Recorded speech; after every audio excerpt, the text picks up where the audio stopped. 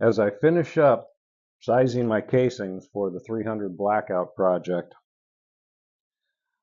I run that up. This is a full length sizer. These are once fired casings. I've got a rag here. By the way, I'm using the Imperial sizing die wax. I like wax in general, not married to any particular brand, but wax works really well. I've got a rag here with some simple green on it, and just give that a quick wipe to degrease it. You don't want a casing that's got a lot of lube on it going into a chamber, because when it expands in the chamber, it's got to cling to the chamber walls. If it slips off, you don't have a good seal, and gas can come back around rather than all of it going straight out the end of the barrel.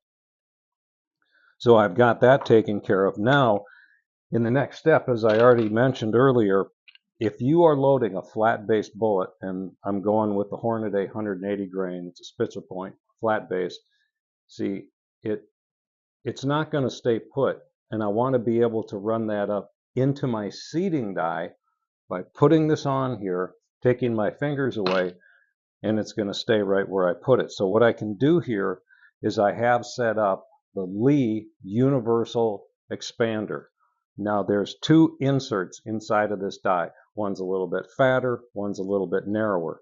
You grab them both and you see which one is going to give you the amount of expansion that you're looking for without excessively belling the mouth of the casing. So in this instance, I found that the smaller of the two inserts down, when I run the case up into that and it gets pretty much towards the top of the expander mandrel itself, opens it up just a couple of thousandths. And that's really all that I'm looking for. So I do that, I grab a projectile, and I can set that on top. See, now I can take my fingers away, and that's going to stay put. And I have not excessively worked the brass, because you do that back and forth, they're going to crack in no time at all. So in my second step here, just like on a straight wall casing, in step number 1, you resize and decap, and then in step number 2, I like to put the primer in, and then I run it up, and I flare the mouth of the casing. So ordinarily on a rifle cartridge or a bottleneck casing, you're not necessarily going to flare the mouth of the casing. If you're using a boat tail bullet, there's no reason to. The boat tail will drop right into the mouth of the brass, and it'll stay put no problem. So in my next step here, I'm going to put a primer right here.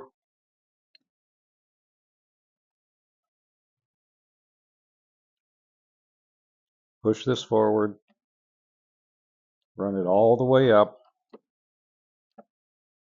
Now I make sure that that's seated below flush. I can put it on a flat surface and it's not rocking back and forth. Now I know that's okay. So that's set up. I'm ready to do that operation. Now, after that, when I go to seat the projectiles, I want to drop some powder. I'm going to use H110, and I wrote myself my notes right there. I'm going to do 13.8 of H110. Now, in the Hornady reloading book, with this 180 grain spire point, you can go to 14.1. I have found, in general, that if you stay a little bit back of max, if I'm not going to do load development, now everybody out there is going to tell you, you have to start with the starting powder charge and work your way up and whatever, just you're looking for pressure signs to make sure everything's safe. I'm not saying don't do that. I have found personally that I've got good accuracy, good reliable cycling of the gun when I'm at a little bit back of max. Now, comparing that to the Sierra manual or to a Lee manual or some other books, basically the same 180 grain bullet, they have a max charge using H110, a little bit different.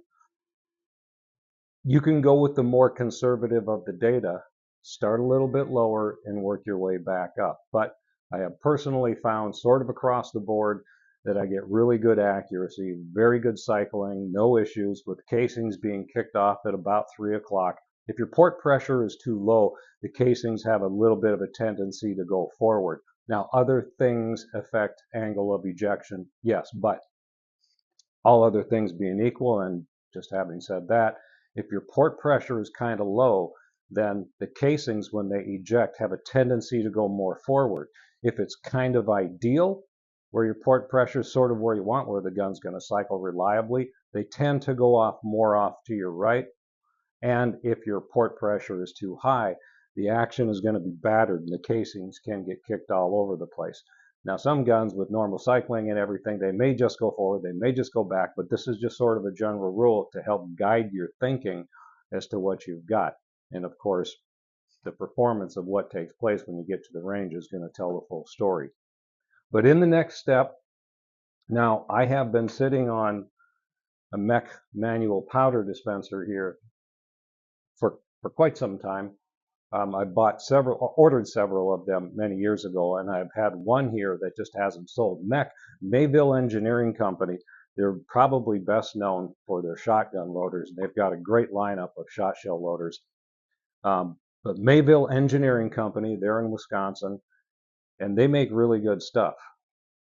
I worked in Wisconsin one summer. I think it was 1983. I worked at a radio station in Antigo, WRLOWATK. If you've never been to Wisconsin, absolutely beautiful state. There's a famous thing there. You go tubing down the Apple River, the Dells in the fall. Great trout fishing there. Wisconsin's a beautiful place. If you've never been there, put it on your bucket list. It's a must-see state. I digress. So I've got this mech powder dispenser set up to drop 13.8 grains of H110. Now, typically, if I'm dropping it through something like this, I will set it up to drop a little bit less than that, and then I'm going to use a trickler onto the pan of my scale to get that exactly up to 13.8. So I have this thing set up to drop 13.5 grains, and checking it is really very consistent. But I want it to be spot on for every single one. So I'm just going to trickle up those last couple of tenths right up to 13.8. Now, when you are setting up something like this for the very first time, and you're not familiar with where the metering screw is going to pull that cavity down or up. So the way these things work, if you're not familiar with them, the metering screw that's on the front, right there, as you unscrew the screw, it's making the cavity inside larger. As you screw in the screw, it's pushing that up and it's making the cavity smaller. Now, just to save myself a little bit of time and the fiddling around of going back and forth, what I did was I trickled 13.8 grains into the pan of my RCBS 1010 scale, and I double checked that against the Frankfurt Arsenal Digital that I also happen to have on the bench right here.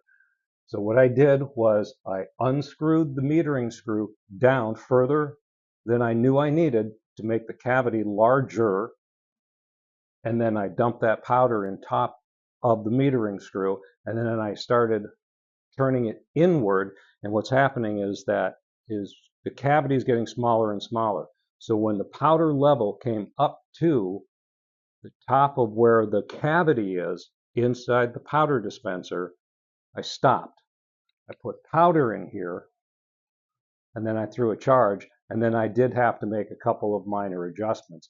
But that's just one of those tips, tricks, whatever, that can help you set up a dispenser like that that's got a metering screw, and particularly if it's new, you haven't used it yet, or it's been a long time, that'll get you there much faster. Weigh out the powder, dump it in, screw the screw with it lower than it should be, screw the screw in until the powder level comes up pretty much to the top of the cavity, and that's a great place to start. Throw some more powder in there, and then you can throw a few powder charges and make your adjustments accordingly right there. So I've got that all set up. I also have my seeding die set to drop these 180 grain bullets right onto the mouth of the casing. That's going to be flared just a little bit. And I know with 13.8 grains of H110, the gun is going to cycle reliably. So let me get started on that. And then in the next video, we'll get into some more of the details. You probably don't need, this gets a little bit monotonous. You want to watch me do this?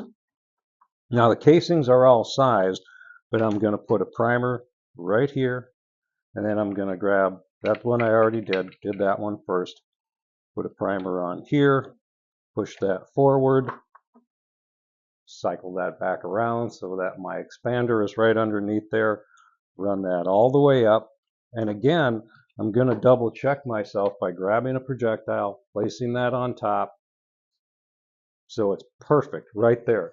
Now, all I need to do, now I'm doing 60 cartridges right here. Why 60? Well, I happen to have 60 casings that are clean, so that's what I'm doing. No particular rhyme or reason to the number 60. That's just the way it worked out for the casings I happen to have clean sitting right in front of me. So that's what I'm doing. Anyway, it gets a little monotonous watching a guy do that, so I'll take care of this, and I'll catch you next time. Happy trails.